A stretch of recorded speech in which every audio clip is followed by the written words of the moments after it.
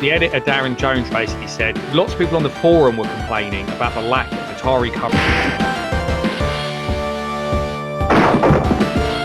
You do perfect.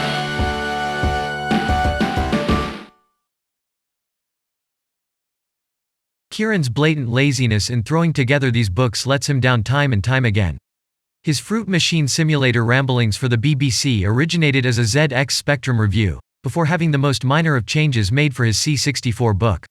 One extra sentence was then inserted, and the steaming pile of excrement was served up once again, this time for BBC owners to devour. Kieren wastes almost half of his word count waffling on about the ZX Spectrum version, dipping into his photographic memory and regaling us with all the excitement a trip to the newsagent can offer. The first thing that strikes you when you load it up is just how much it looks like a real fruit machine.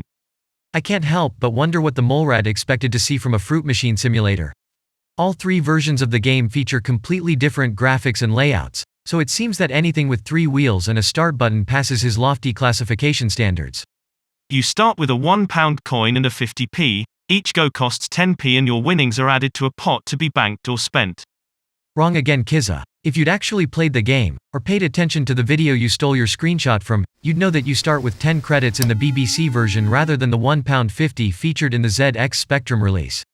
If you'd taken any notice of the text at the 16-second mark, you'd see the instruction page where it clearly states, "The object of the game is to win as much money as possible. You are given £1 at the start of the game."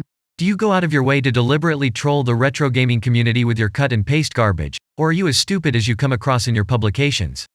How is it that a supposed gaming journalist didn't notice that 10 credits on the BBC is different to £1.50 on the ZX Spectrum?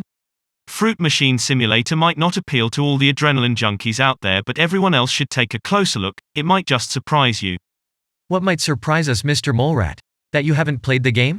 That you searched YouTube for Fruit Machine Simulator on the BBC, found High Retro Game Lord's video, and lifted a screenshot from the 2-minute 49-second mark?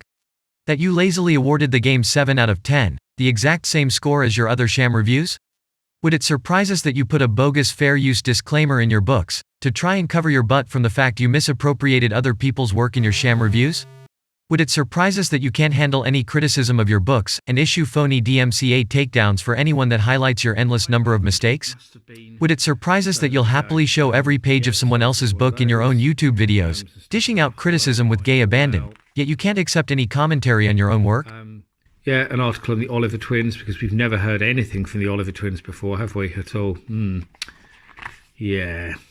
After doing an error-laden Acorn A3000 article for Retro Gamer magazine before he was fired, farting out a couple of A to Z guides for the BBC Micro, and now buying an Electron, Kieren considers himself quite the Acorn expert.